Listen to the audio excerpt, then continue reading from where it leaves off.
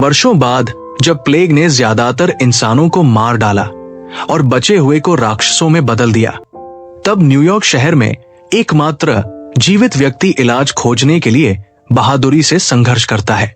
कहानी की शुरुआत होती है 2009 से, जहां कैंसर के इलाज के लिए खसरे के वायरस को जेनेटिकली रूप से मॉडिफाई करने का प्रयास इंसानों के लिए घातक साबित हुआ, जिससे बड़ी संख्या में लोग संक्रमित हुए और मारे गए। जो लोग बच गए वे पिशाच, अल्बिनो या हैवानी म्यूटेंट में बदल गए हैं, जिन्हें डार्क सीकर के नाम से जाना जाता है। ये राक्षस अब रात में घूमते हैं और नेचुरली रूप से इम्यून वाले बचे हुए लोगों को खाते हैं। वे खास रूप से सूर्य के प्रकाश के प्रति बहुत सेंसिटिव होते हैं। प्रकोप के 3 साल बाद 2012 में LTC रॉबर्ट नेविल, एक US आर्मी वायरोलॉजिस्ट, मैनहट्टन में वाशिंगटन स्क्वायर पार्क में एक मजबूत गार्डेड घर में अकेले रहते हैं। हर दिन नेविल अपने भोजन की आपूर्ति की तलाश करता है।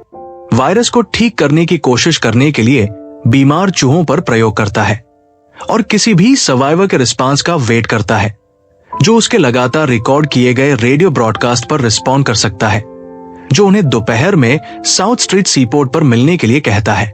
नेविल का एकमात्र दोस्त उसका जर्मन शेफर्ड सामंथा सैम है और वो अपने अकेलेपन से निपटने के लिए अक्सर पुतलों और वीडियो शॉप रिकॉर्डिंग पर कैरेक्टर से बात करता है। वो रात में सैम के साथ खुद को अंदर बंद करके डार्क सीकर से छिपता है। चूंकि सेना द्वीप पर क्वारंटाइन लगा रही थी और नेविल अन्य सैन्य कर्मियों के साथ पीछे रह गया था, इसलिए वो अपनी पत्नी जो और बेटी मार्ले के विचारों से ग्रस्त है, जो मैनहट्टन के अचानक इवैक्यूएशन के दौरान एक हेलीकॉप्टर दुर्घटना में मारे गए थे। एक दिन सैम एक हिरण का पीछा करते हुए एक छायादार स्ट्रक्चर में जाता है, जबकि नेविल उसका शिकार करता है।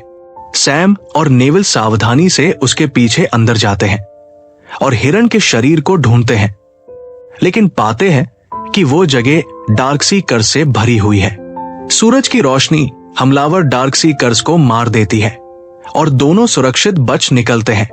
नेविल एक जाल बनाता है और अपने खून से बनी पोटेंशियल चिकित्सा की खोज करने के बाद एक फीमेल डार्क सीकर को पकड़ लेता है। जब एक मेल अल्फा डार्क सीकर उनका पीछा करने की कोशिश करता है, तो सूरज की रोशनी उसे रोक देती है और वो वापस अंधेरे में चला जाता है।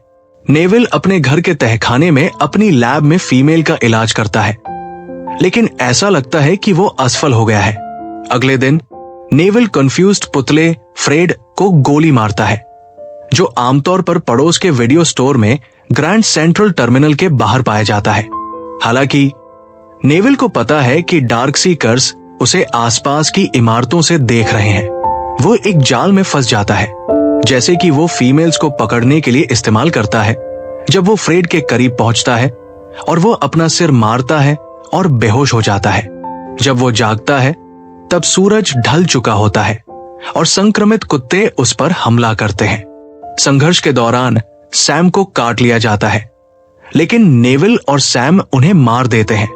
कुत्ते वायरस के एयरबॉर्न वर्जन के प्रति इम्यून होते हैं, लेकिन वे काटने के माध्यम से एक अलग प्रकार का संक्रमण कर सकते हैं। उसे नेविल के सीरम का इंजेक्शन दिया जाता है, लेकिन जैसे ही वो बदलने लगती है और संक्रमण के लक्षण दिखाने लगती है, नेविल उसे गला घोंटकर मार डालने के लिए मजबूर हो जाता है।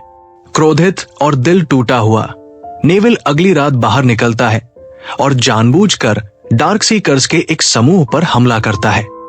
इससे पहले कि 2 इम्यूनिस्ट इंसान, अन्ना और एथन नाम का एक छोटे बच्चे द्वारा बचाया जाता है, जो उसका ब्रॉडकास्ट सुनने के बाद मैरीलैंड से आए थे।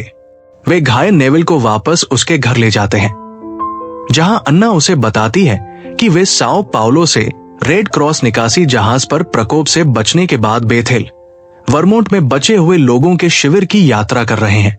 नेविल के अनुसार ऐसा कोई जीवित लोगों का शिविर नहीं है। नेविल का मानना है कि वो महिला डार्क सीकर के शरीर के तापमान को कम करने के लिए बर्फ का उपयोग करके उपचार की प्रभावशीलता को बढ़ा सकता है, क्योंकि वह उसे ठीक करने का प्रयास जारी रखता है। डार्क सीकर्स का एक गिरोह जो पिछली शाम अन्ना और नेविल का पीछा कर रहा था, अगली शाम निवास में घुस जाता है। फीमेल टेस्ट सब्जेक्ट के साथ नेविल, अन्ना और एथन तहखाने की में वापस चले जाते हैं और खुद को अंदर बंद कर लेते हैं।